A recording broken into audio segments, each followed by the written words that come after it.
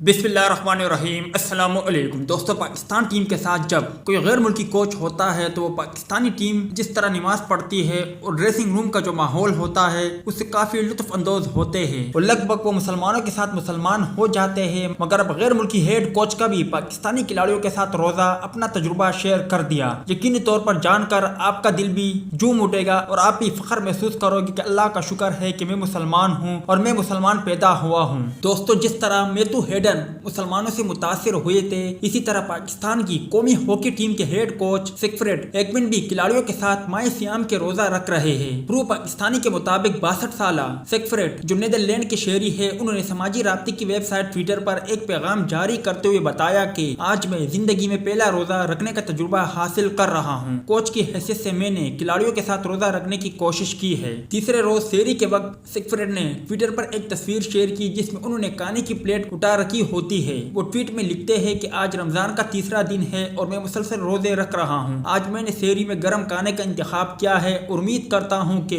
मेरा दिन अच्छा गुजरेगा और भूख और प्यास नहीं लगेगी। मैं रमजान से लुत्फ उठा रहा हूँ और अपने आप के बारे में बहुत कुछ सीख रहा हूँ। अल्लाह ताला तमाम मुसलमानों को रोजा रखने की तौफीक अता फरमाए, क्योंकि काफी हमारे ऐसे भाई है जो रमजान के रोजे नहीं रखते और छोटी छोटी तकलीफों की वजह से रमजान का रोजा रखने से इनकार करते हैं। अल्लाह ताला तमाम मुसलमानों को अमल करने की तौफीक अता फरमाए।